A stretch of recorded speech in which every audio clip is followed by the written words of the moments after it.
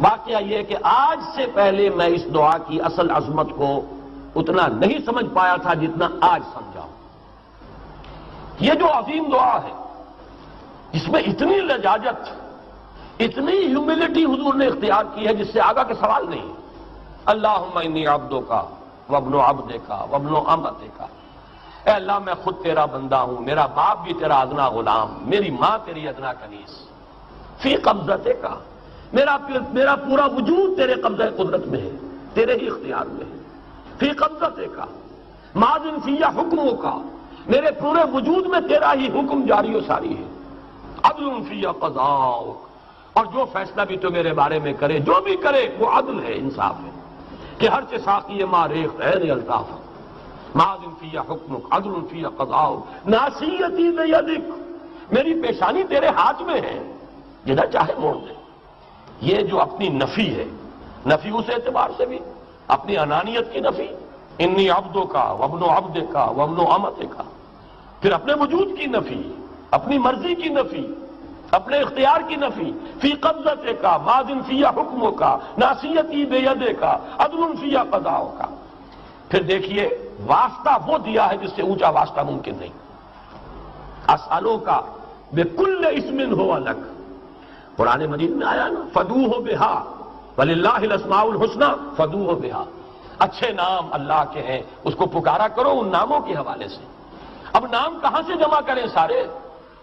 ایک میں اسألوک بکل اسم ہو لک، جو بھی تیرے نام ہیں، سمیت بہ نفسک، جن سے تو نے خود اپنے آپ کو موسوم کیا، او علمتہ احدا من خلقک، یا تو نے اپنی مخلوق میں سے کسی کو وہ نام سکھایا، او انزلتہ فی کتابک، یا وہ نام تو نے اپنی کسی کتاب میں نازل کیا، اب استاثرت بہ فی مکنون الغیب عندک، یا اس کو تو نے خود اپنے خزانہ غیب میں محفوظ رکھا ہوا ہے.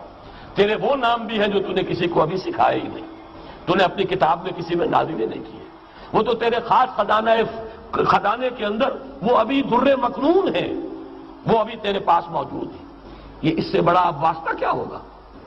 مانگا کیا ہے ذرا غور کیجئے. ان تجعل القرآن ربیع قلبی ونور صدری وجلاء حزنی وذہاب ہمی وغمی. استدعا میں یہ کر رہا ہوں پروردگار، اس قرآن کو میرے دل کی بہار بنا دے، میرے دل کا نور بنا دے. نور صدری، ان تجعل القرآن ربیع قلبی، میرے دل کی بہار، ونور صدری، میرے سینے کا نور، وجلاء حزنی، یہ حزن جو جس سے کہ محمد دو چار ہے صلی اللہ علیہ وسلم، یہ وہ کیفیت جو ہے قبض کی، اس کو دور کرنے کا ذریعہ بنا دے اس قرآن کو.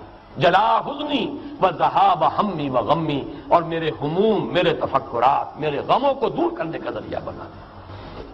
اللہم انی عبدک وابن عبدک وابن امتک فی قبضتک ناصیتی بیدک ماضٍ فی حکمک عدل فی قضاؤک اسألک بکل اسم ہو لک سمیت بہ نفسک او علمتہ احدا من خلقک او انزلتہ فی کتابک او استاثرت بہ فی مکنون الغیب عندک ان تجعل القرآن ربیع قلبی ونور صدری جلاء حزنی وذہاب ہمی وغمی.